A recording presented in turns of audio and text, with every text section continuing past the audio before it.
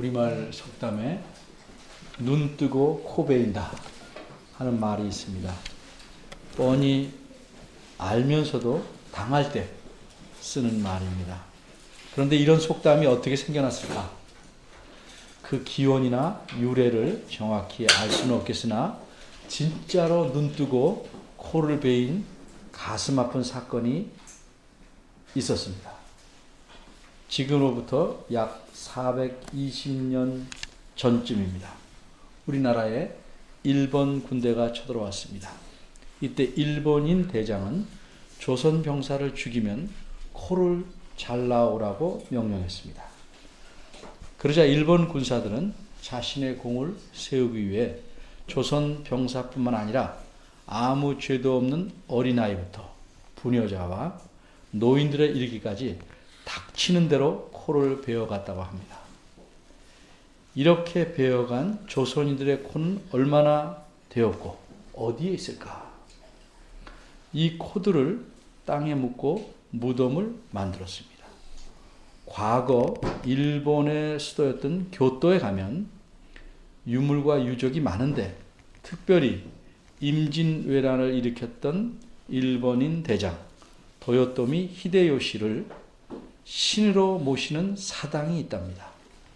이 사당의 길 건너 놀이터 옆에 무덤이 있는데 이것을 이총, 귀자입니다. 귀무덤이라는 뜻입니다. 그런데 사실 이 무덤은 귀무덤이 아닙니다. 이 무덤의 원래 이름은 비총, 코무덤이라는 뜻입니다. 일본인들이 자신들의 잔인함을 조금이라도 감추기 위해서 원래 이름을 귀무덤으로 바꾼 것입니다. 이 무덤 안에는 그 숫자를 정확히 알 수 없을 만큼 수많은 통들이 묻혀 있는데 한 통에는 약 2,000개씩 소금에 절인 조선인들의 코를 담아 놓았다고 합니다. 이토록 잔인한 일본 군인들 못지않게 아주 잔혹한 군사들이 있었습니다. 임진왜란이 일어나기 약 2,200년 전입니다. 이들은 전쟁에 나가면 적군의 귀를 자르고 심지어는 머리 가죽을 벗겨냈다고 합니다. 이들이 누군가? 바로 오늘 본문에 등장하는 아수르라는 나라의 군인들입니다. 이 나라의 서울이 니느웨입니다. 이곳으로 자기 말씀을 전하라고 하나님께서는 한 선지자를 보내셨습니다. 그런데 이 선지자는 그곳에 가고 싶지 않았습니다. 하필 그토록 잔인하고 잔혹한 나라로 가게 하시는가? 이 선지자가 보기에 그들은 멸망을 받고 또 받아도 시원찮을 매우 악한 사람들입니다. 그런데도 하나님께서는 그런 악한 자들에게 하나님 말씀을 전하라고 하십니다. 그래서 선지자는 도망쳤습니다. 가라고 말씀하신 니느웨와는 정반대 방향으로 가는 배를 탔습니다. 도망에 성공할 줄 알았습니다. 그런데 하나님의 손에 뒷덜미를 잡히고 말았습니다. 큰 물고기에게 먹혀서 죽었다가 다시 살아나게 됩니다. 이 선지자를 덥석 삼켰던 물고기는 바닷고기입니다. 이 물고기는 이 이상한 먹이를 지중해에서 먹었습니다. 그런데 이것이 불량식품이라 소화가 되질 않았습니다. 물고기는 3일간 너무 힘들었습니다. 마침내 육지로 와서 그 소화 안 된 먹이를 토해냈습니다. 이 물고기는 어디에다가 그 선지자를 토해 놓았을까? 이 선지자가 가야 할 니느웨라는 도시는 지금의 이라크를 쭉 관통하는 티그리스 강의 그 강변에 위치한 큰 도시입니다. 만일 물고기가 이 니느웨 근처에 선지자를 토해놓아야 한다면 이 물고기는 지중해에서 아프리카 대륙 전체를 삥 돌아서 지금의 페르시아만까지 수천 킬로를 움직여야 합니다. 3일 동안에. 그때는 지금처럼 수에즈 운하가 건설되어 있지 않기 때문에 그렇게 움직여야 됩니다. 그런데 물고기가 그렇게 먼 거리를 3일 동안 이동할 수는 없습니다. 설령 이동할 수 있다고 가정해도 다시 그 페르시아만에서 강으로 수백 킬로를 거슬러 올라가야 합니다.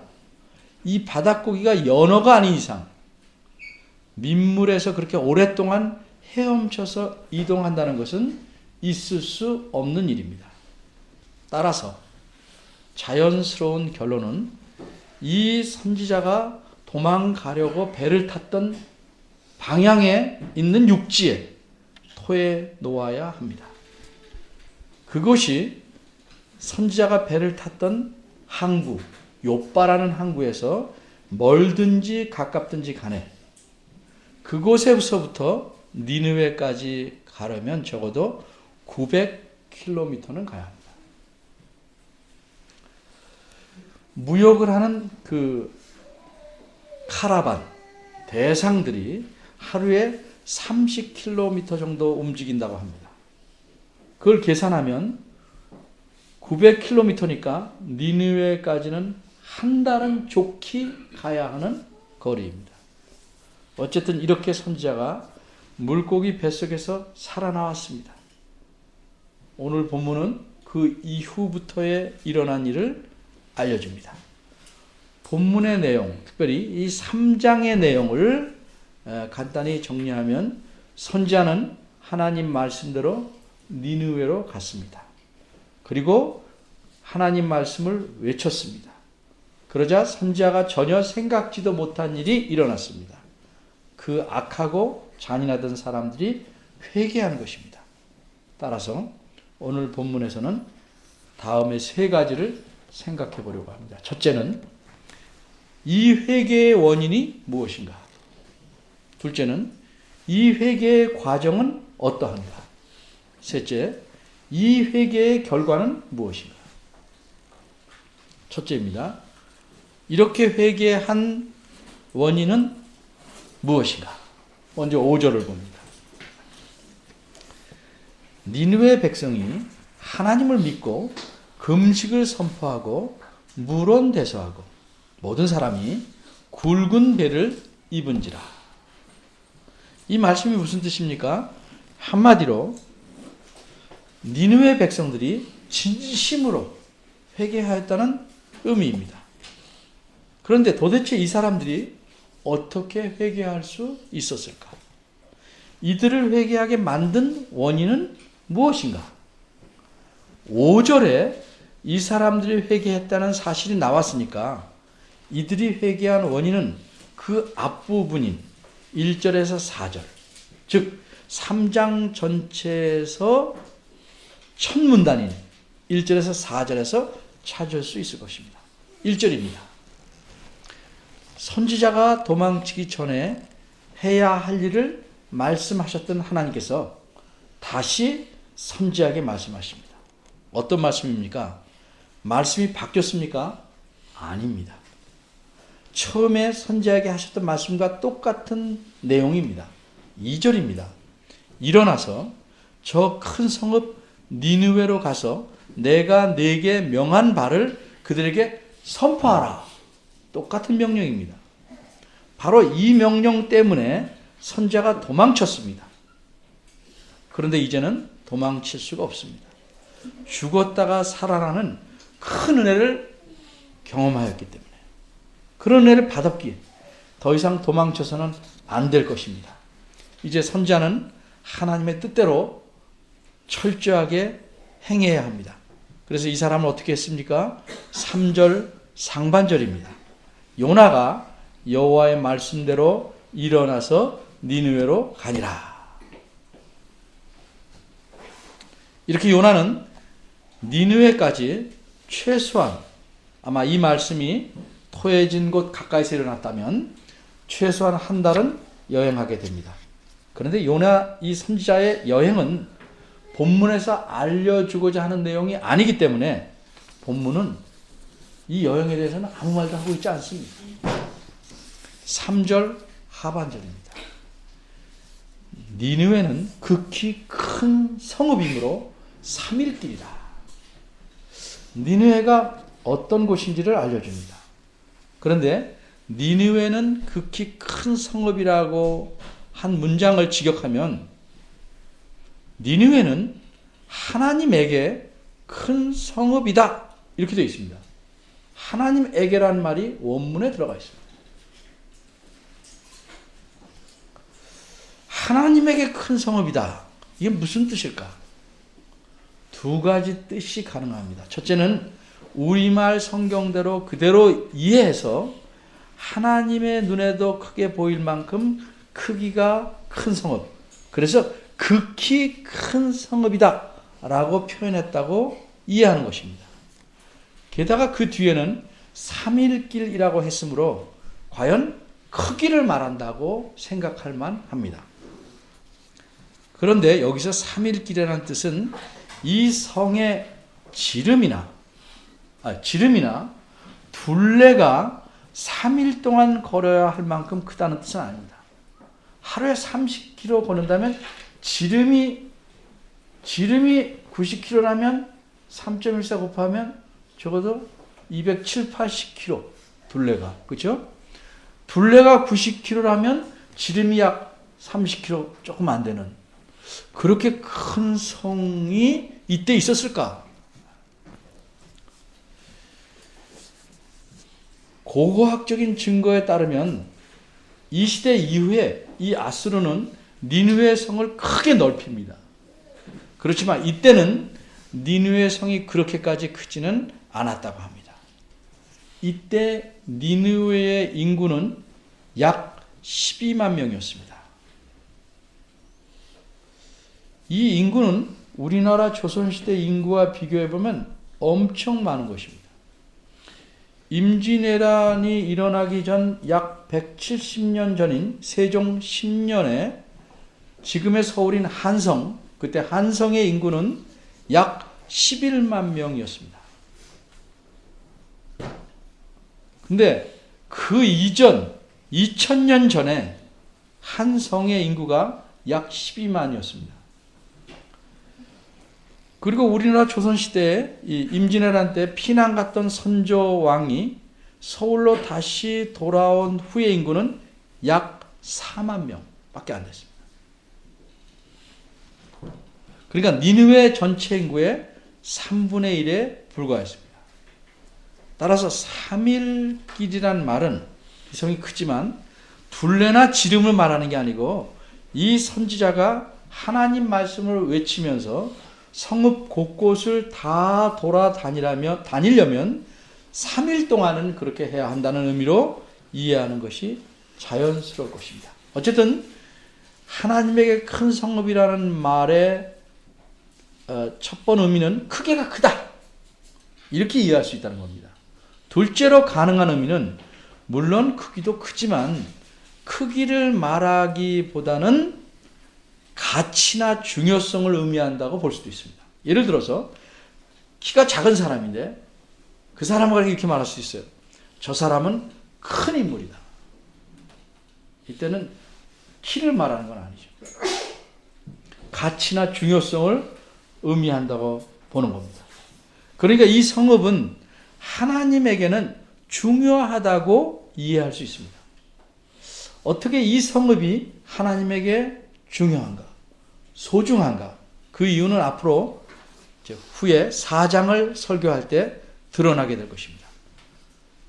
그러면 어쨌든 이 두 가지 의미 중에서 우리는 어떤 의미로 이해해야 할까? 크기로 이해해야 될까? 아니면 중요성으로 이해해야 할까?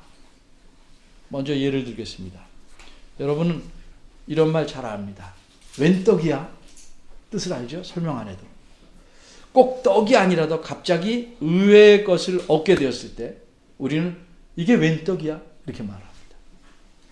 근데 갑자기 친구가 맛있는 떡을 먹으라고 내밀었을 때에도 웬 떡이야? 그럴 수 있죠. 떡을 보고 웬 떡이야? 할 수도 있는 거죠.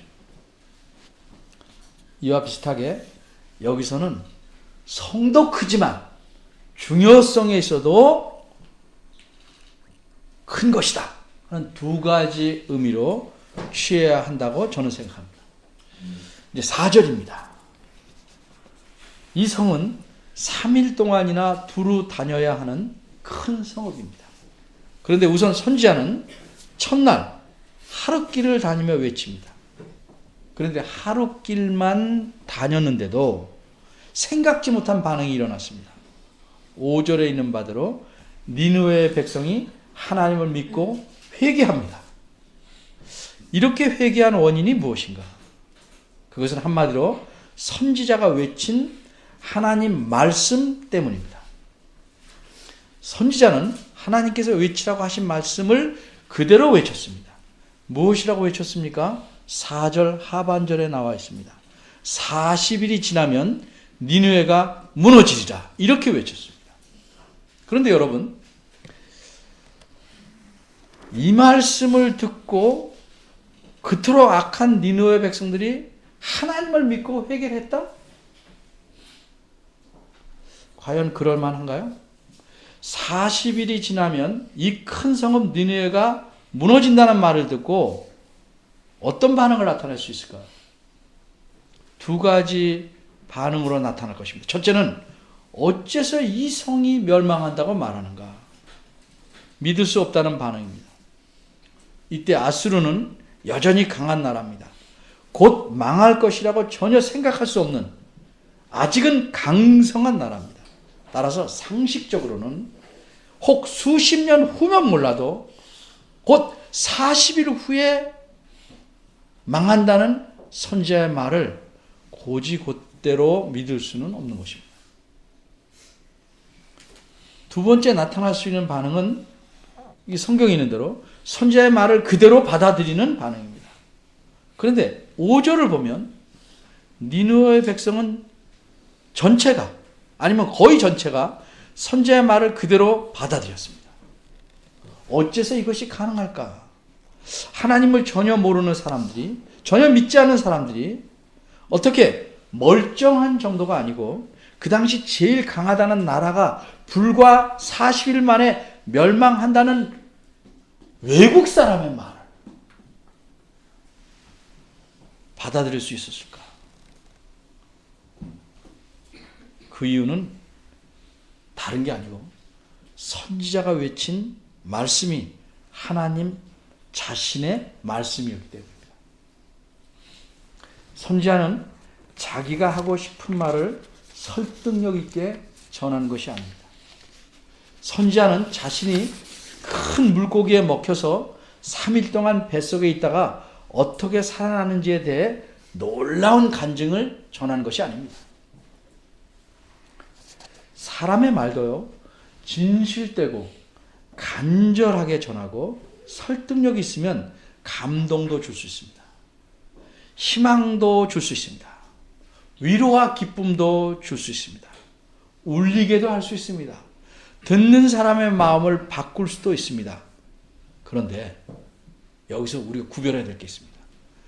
사람의 말이 사람의 마음을 바꾼다는 것은 그 사람이 가는 방향을 완전히 바꾸는 것이 아니고 그 사람이 가는 방향을 조정하는 정도입니다. 그걸 바꾼다고 말한다면. 이렇게 가는데 이렇게 하지 말고 이렇게 가야겠다. 이렇게 가야겠다. 조정하는 정도 이상의 영향은 끼칠 수가 없는 것입니다. 사람을 180도 완전히 반대 방향으로 돌리도록 바꿀 수 있는 것은 사람의 말이 아니고 오직 하나님 말씀으로만 되는 것입니다.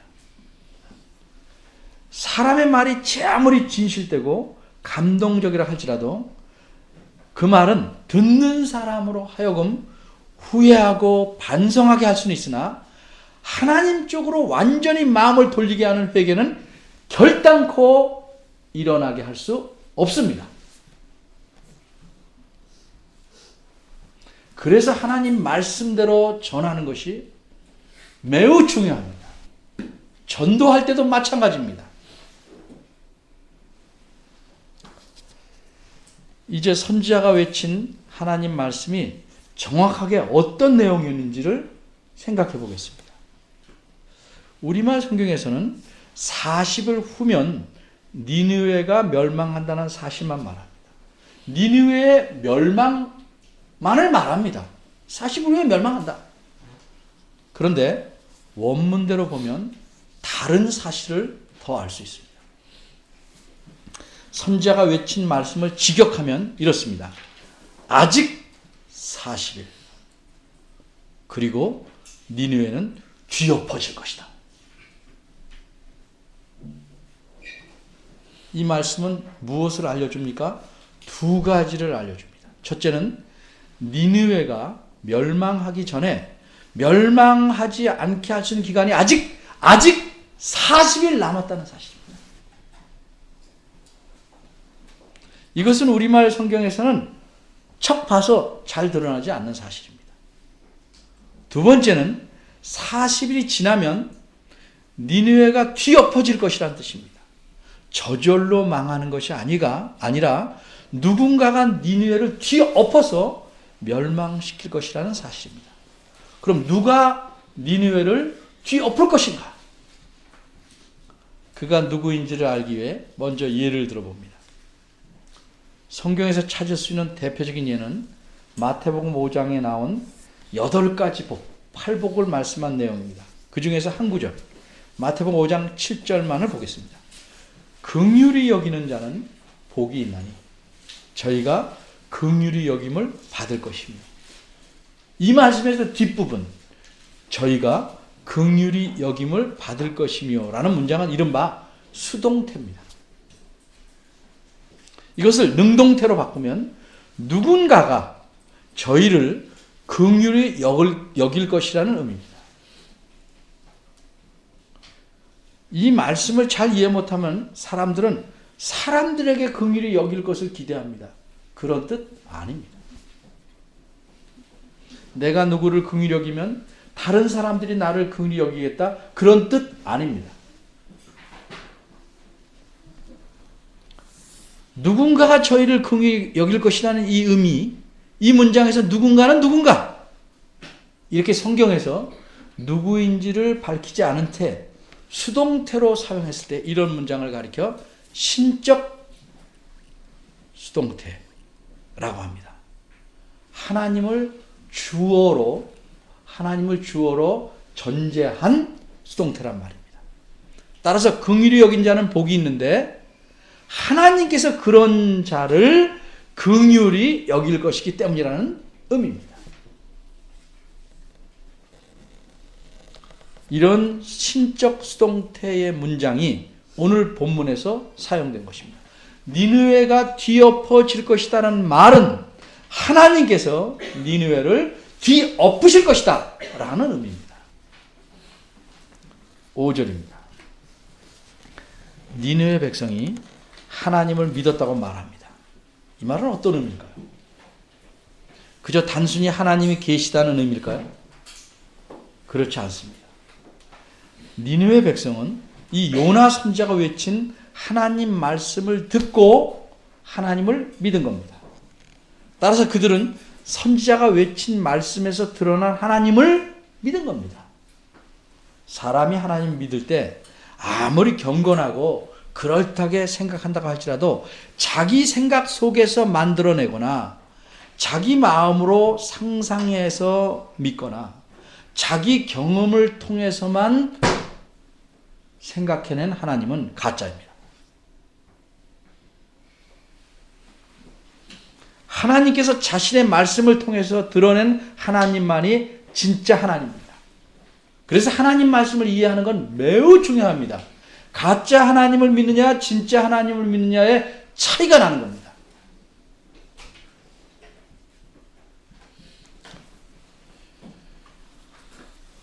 그럼 니느웨 백성들이 믿은 하나님은 어떤 하나님이었을까?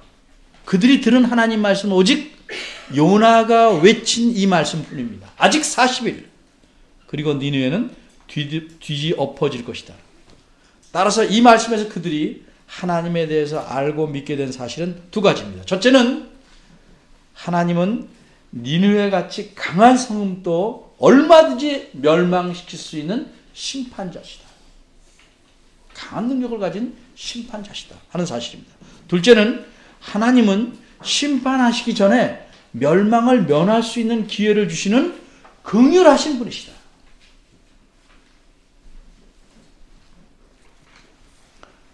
니느웨 백성들은 선지자가 외친 하나님 말씀을 통해서 하나님의 무서움과 긍휼하심을 알게 되었습니다. 그리고 그런 하나님을 믿게 되었습니다.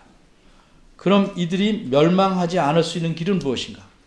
그것은 곧 자신들의 악함을 버리는 것, 그 잔인함을 버리는 것, 즉 회개하고 하나님께 긍휼을 간절히 바라는 길일 뿐임을 알게 됩니다. 그래서 이들은 자신들이 진정으로 회개하고 하나님의 긍휼을 바라는 표시로 금식을 선포합니다. 그리고 금식합니다. 굶습니다. 그리고 굵은 베옷을 입었습니다. 이것이 3장 1절에서 5절까지의 내용입니다. 오늘은 3장 전체에서 살펴볼 세 가지 중에서 첫 번째 것, 즉 이들이 회개한 원인은 무엇인가만 살펴보았습니다. 사람을 회개케 하는 것은 사람의 말이 아니라 전적으로 하나님 말씀 그 자체, 그것만입니다. 그럼 어떻게 하나님의 말씀이 사람을 회개케 하는가? 히브리서 4장 12절에는 이렇게 한 이유를 설명합니다. 하나님 말씀을 살았고 힘이 있어서, 운동력이 있어서 좌우의 날선 어떤 검보다도 예리하여 혼과 영과 및 관절과 골수를 찔러 쪼개기까지 한다.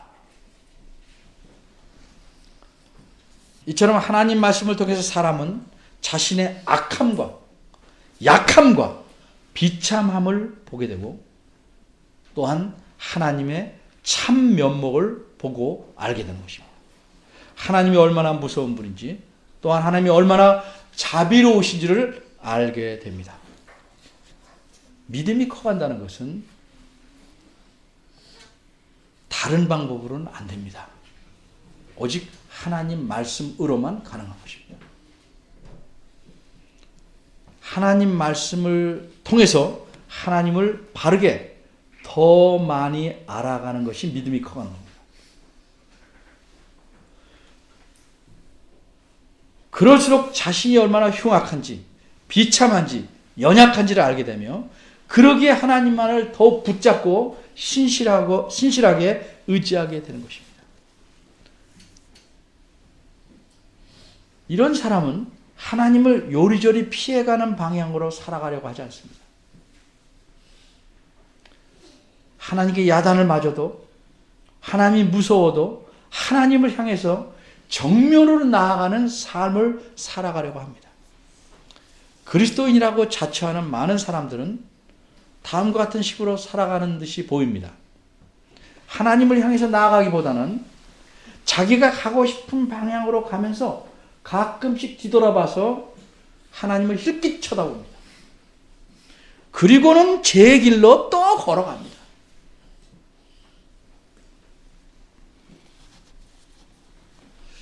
그렇게 많은 사람들이 겨우 주일 예배에 한번 참석하면서 하나님에 대한 의무를 웬만큼 하였다고 생각하고 살아가는 것 아니겠습니까? 그러나 이것은 진정으로 회개하고 하나님을 향해서 살아가려는 사람의 삶은 아닐 것입니다. 우리가 진정으로 회개했다면, 하나님의 은혜로 진정으로 회개했다면 부족해도, 잘못해도, 때론 쓰러져도 계속해서 무릎으로 기어서라도 하나님을 향해서 나아가야 할 것입니다. 여러분 생각해 보십시오. 우리는 하나님을 얼마나 바르게 알고 어떻게 믿고 있는가? 계속 알려고 힘쓰는가?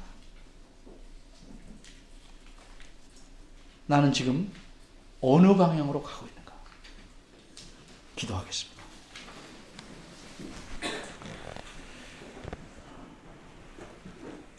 하나님 감사합니다.